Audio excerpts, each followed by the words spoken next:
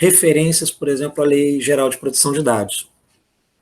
E a gente vê que durante esse ano, no curso desse ano, agora em maio, inclusive, foi apresentada uma proposta que adia a implementação da Lei Geral de Proteção de Dados, ou seja, a lei que entraria em vigor em agosto, ou seja, já no curso, né, do processo eleitoral, mas já referida nas resoluções do Tribunal Superior Eleitoral, ela passaria a vigorar apenas em maio de 21 e não mais em agosto de 20. E isso implica, evidentemente, algumas questões conceituais na aplicação das normas da Justiça Eleitoral. Esse é um ponto para a gente discutir.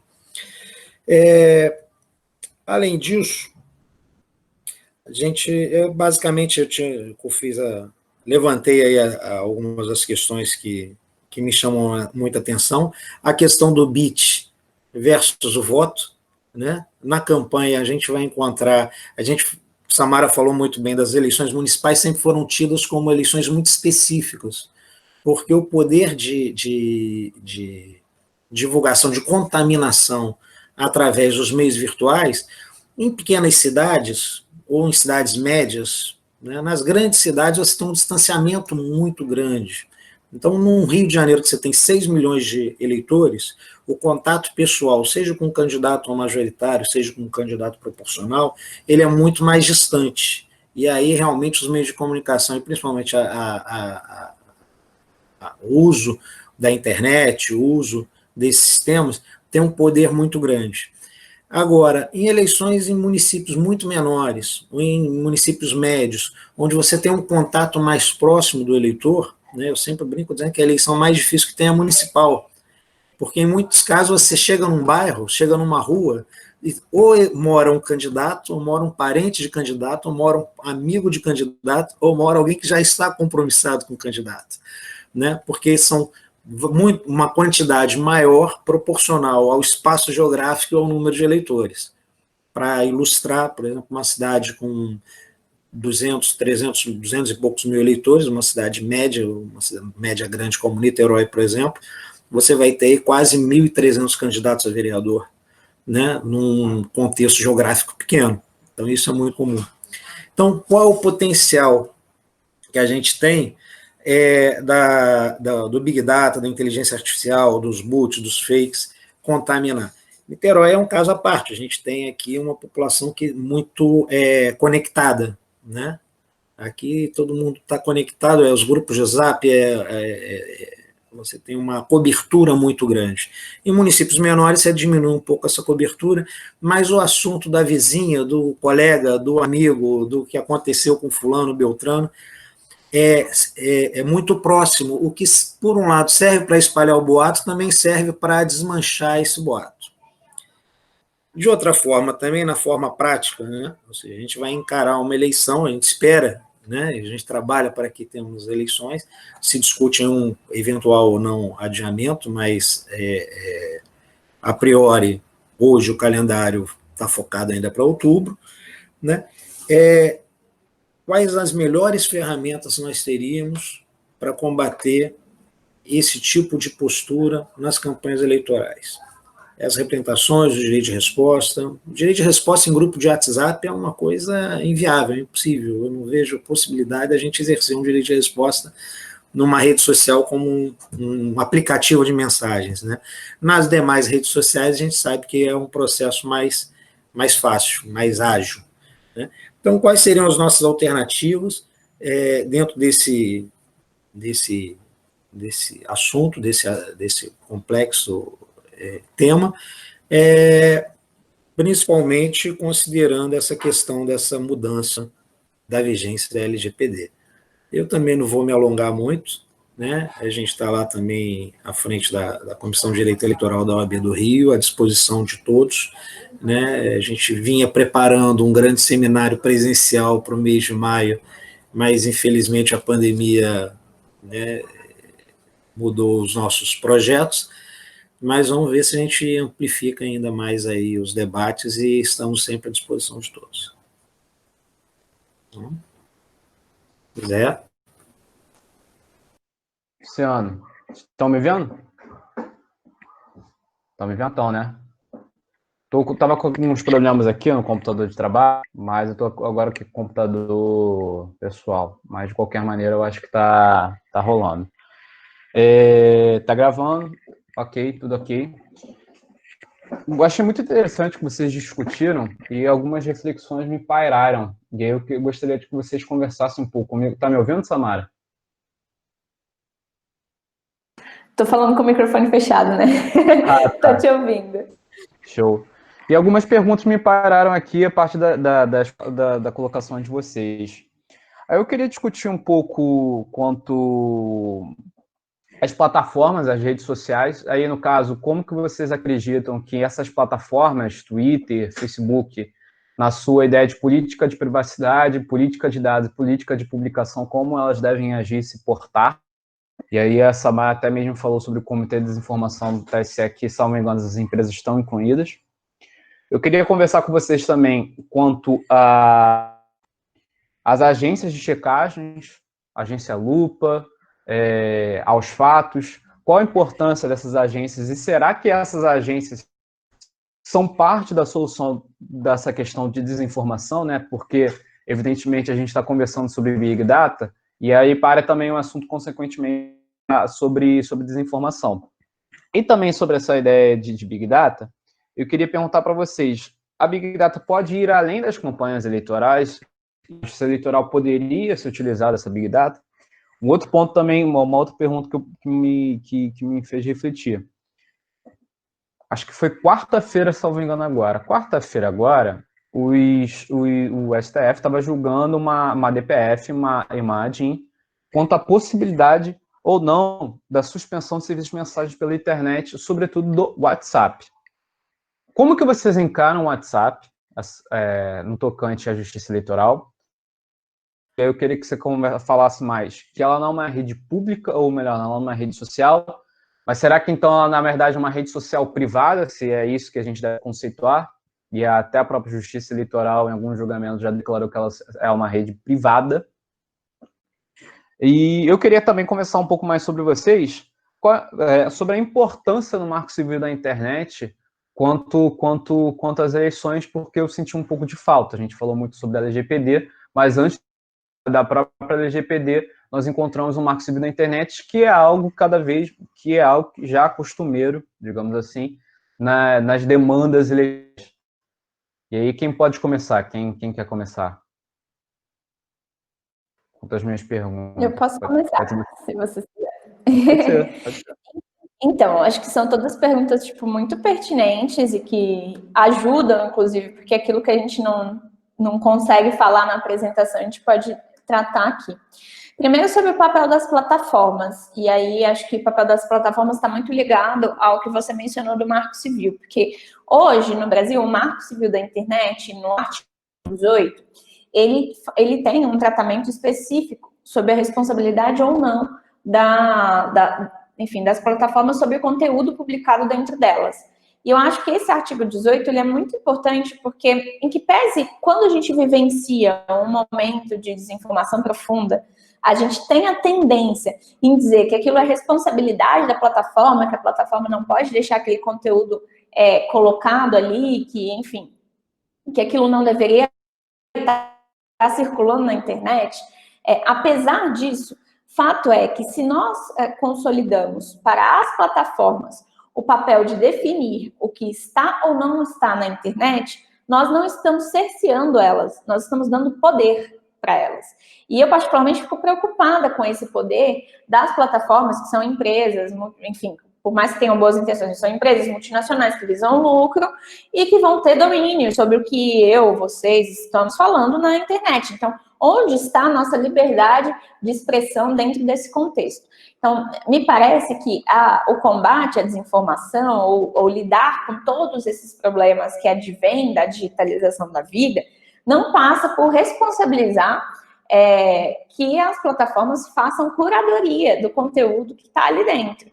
É importante que elas tenham curadoria, elas têm certo nível de curadoria na parte de direito autoral, na parte da questão de pedofilia, né, enfim, de prostituição infantil e tudo mais, mas não é a mesma coisa quando a gente trata das questões da liberdade de expressão ou das falas que são colocadas na internet. Então, acho que o espaço correto para poder se determinar a resolução desse tipo de conflito é onde todos os outros conflitos são resolvidos, que é o espaço judicial. Então, nesse aspecto, eu acho que o Marco Civil da Internet ele é um avanço por determinar que as plataformas não têm essa responsabilidade e, portanto, a gente tem também que verificar que as plataformas não fazem tanto essa curadoria. Por um lado, isso, né, nos afeta, no sentido de que a gente quer realmente que alguém, muitas vezes, retire aquele conteúdo que não nos agrada, mas, por outro, é correto, porque isso também, no sopesamento de valores, aí, dá um pouco de mais de margem para a liberdade de expressão. Sobre a questão das agências de checagem, eu acho que elas se encontram um pouco nesse arcabouço geral, normativo, enfim, de mobilização da sociedade civil, que contribui para o combate à desinformação. Acho que elas têm feito um papel realmente admirável na checagem das informações, mas é um papel hercúleo, porque a checagem das informações, quando a gente percebe a velocidade com que ela precisa ser feita e a velocidade com que ela pode ser feita, a gente tem um descompasso. Eu vi recentemente um dado sobre a questão do YouTube. O YouTube recebe por minuto 500 horas de vídeo. Como que é possível checar isso?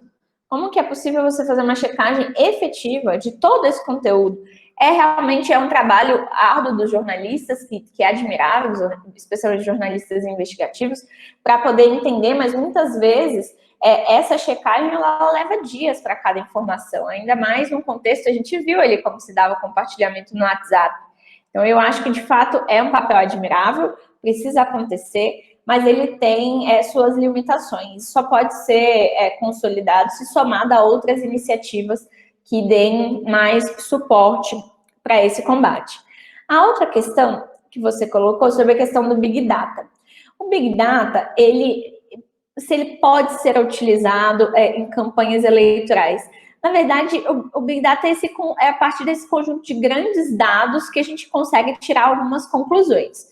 Então, eu acho que é importante, sim, que essa possibilidade seja utilizada de forma benéfica, no sentido de entender algumas dificuldades de determinada região, de eleitores e tudo, mas quando a gente parte para a parte, no caso das campanhas de profiling, ou seja, de definição muito de quem são aqueles eleitores e toda compreensão sobre as vontades, sobre os estímulos, sobre os medos, sobre as inseguranças desse eleitor, e utiliza todo esse contexto para fazer o microtargeting, para fazer realmente o direcionamento da informação, especialmente fazendo uso, muitas vezes a desinformação faz uso disso, do medo, eu acho que é problemático, eu acho que é perigoso. Então, eu acho que a Justiça Eleitoral cumpre um papel importante aí nessa, não só a difusão de informação, porque eu acho que o combate à desinformação, ele passa, essa frase, né, clássica, ele passa pela mais informação e não menos informação, mas de fato ele passa. Então, ele passa não só pela prevenção no sentido educacional, pelo combate nas esferas corretas, como pela repressão, caso seja, né, o momento adequado, enfim, seja compreensível para aquela situação, ele passa também por essa utilização da tecnologia em prol dessa contra-informação do bem. E aí, por último, para tratar do WhatsApp, para ser bem telegráfica, permite que o Luciano também opine aí com a gente, o WhatsApp, eu entendo que ele não é uma rede social, ainda que ele é uma plataforma, um aplicativo de mensagem instantânea, privado, ainda que no Brasil ele esteja sendo utilizado como algo parecido com uma rede social.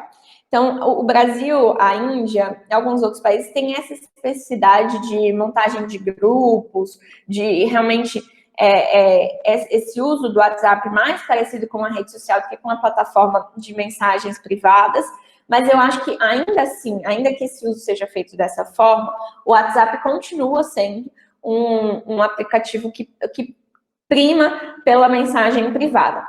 E a gente, inclusive, pode fazer uma comparação, porque nos países em que não tem classicamente o uso do WhatsApp dessa forma como no Brasil, com muitos grupos, enfim, com interação mais coletivizada, ele não foi o centro do problema da desinformação. Outras redes sociais foram Twitter, que inclusive eu entendo que nem é também uma rede social, um microblog.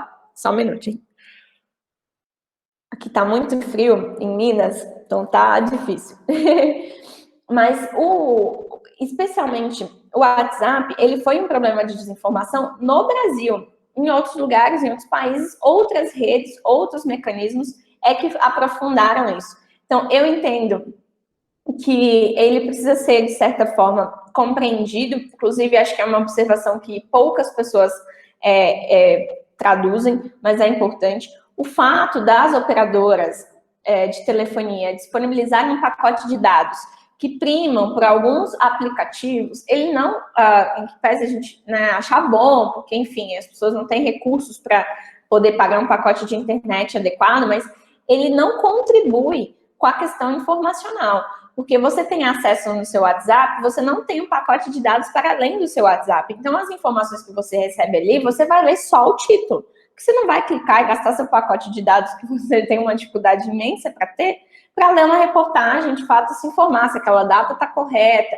se o contexto está dentro do adequado, se está fidedigno mesmo com o que está sendo compartilhado. Então, acho que isso também é uma outra medida que deveria ser pensada sobre a primazia de algumas plataformas dentro dos planos de telefonia.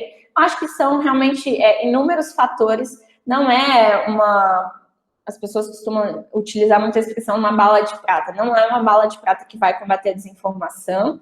E, por outro lado, eu acho que o Big Data tem o seu uso de forma muito conduzível, então pode ser para um lado, pode ser para o outro, assim como os próprios robôs que o Luciano mencionou. Acho que o chatbots, inclusive, tem muitos robôs do bem, né, se a gente pode dizer isso, mas a própria questão.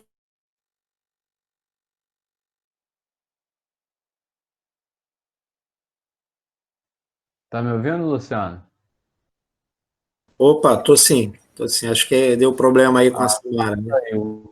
Vamos ver se ela retorna aí. Não. De repente dá uma pausa, né? Tranquilo. Vou. Eu tô com um problema também aqui, vou ligar para ela. Tá.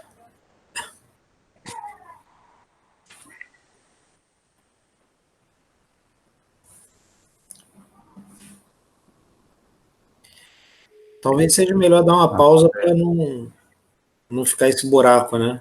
O problema é que eu não consigo fazer pausa. Ah, entendi. No gravando.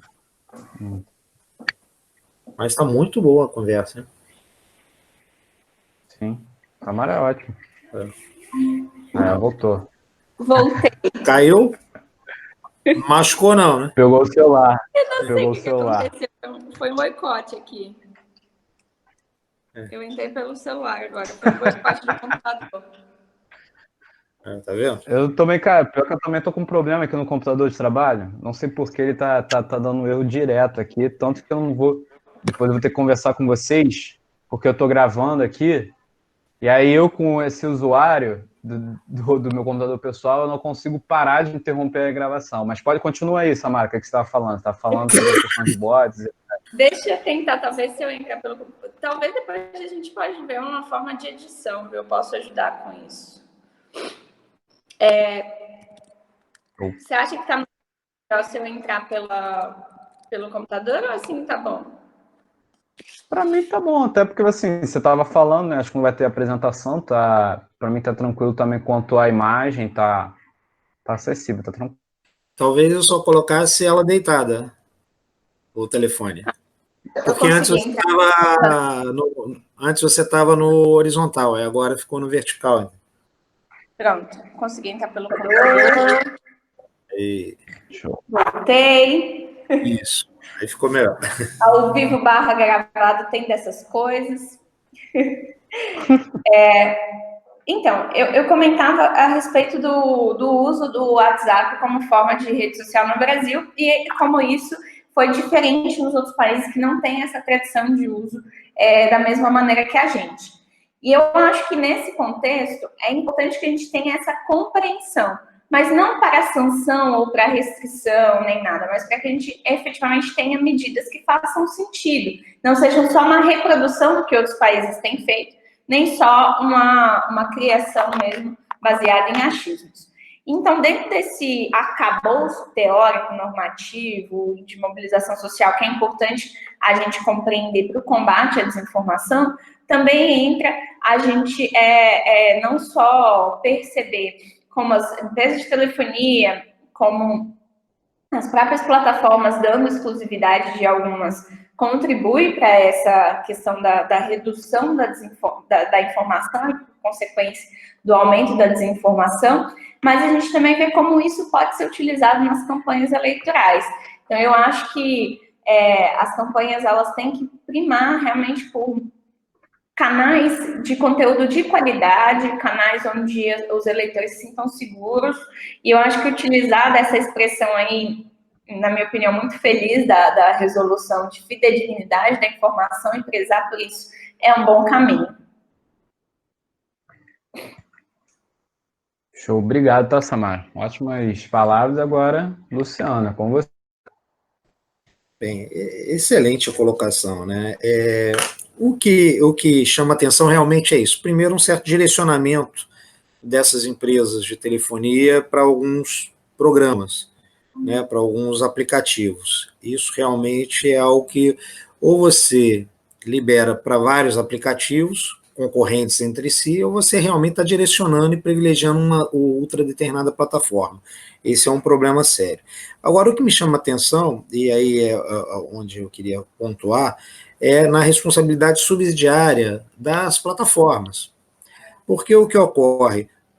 Normalmente, em praticamente todas as plataformas, nos seus termos de uso, eles têm uma série de condicionamentos, né? Então, em tese, eu tenho a liberdade de expressão, mas eu não posso contrariar várias dessas normas, que são incessantemente contrariadas se formos observar ponto a ponto, né? Por exemplo, todas elas não se permite o uso, embora a gente saiba que ocorre, de fatos criminosos, né, de fatos ilegais dentro da própria sociedade. E aí é aquele conflito que agora está muito na moda de se discutir, que a gente tem que realmente aprofundar, né? Até onde esse contexto da expressão, até porque essa expressão direcionada por inteligência artificial, realizada através do uso das informações de Big Data, e utilizando os disparos de massa, utilizando os robôs, ela trabalha no contexto de fraudar efetivamente o pensamento e a vontade do eleitor, né? Então, quando você utiliza as plataformas para a prática da calúnia, da injúria, da difamação, né, do atentado às organizações democráticas e institucionais, né, você está cometendo uma série de ilegalidades que a plataforma efetivamente não pode concordar. Você hoje, quando posta um vídeo no YouTube, rapidamente ele é checado se tem alguma questão de direito autoral. Rapidamente.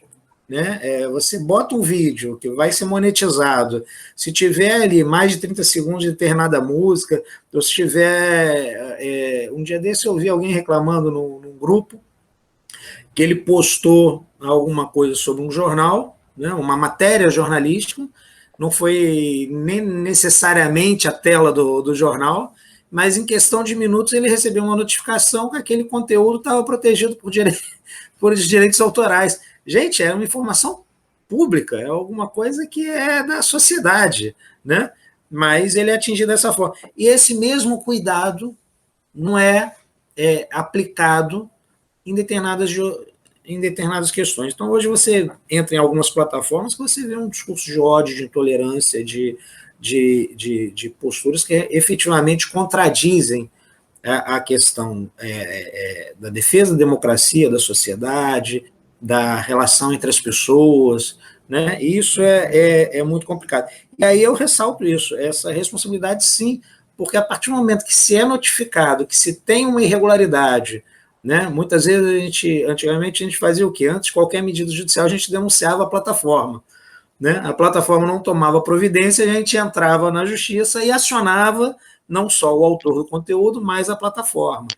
Também vamos ser justos, eu posso dizer, sem margem de erro, de 2004 para cá, houve uma grande evolução no comportamento de boa parte das plataformas, né? Antigamente, você entrava com alguma questão e chamava a plataforma as barras da lei, e a primeira coisa que ela dizia era: minha empresa é estrangeira, eu tenho apenas um escritório de negócios, é apenas a parte comercial, eu não opero nada daqui, é tudo operado lá no laboratório de lá, e sob as leis de lá é garantida uma liberdade plena de expressão, e a coisa foi tomando um rumo que hoje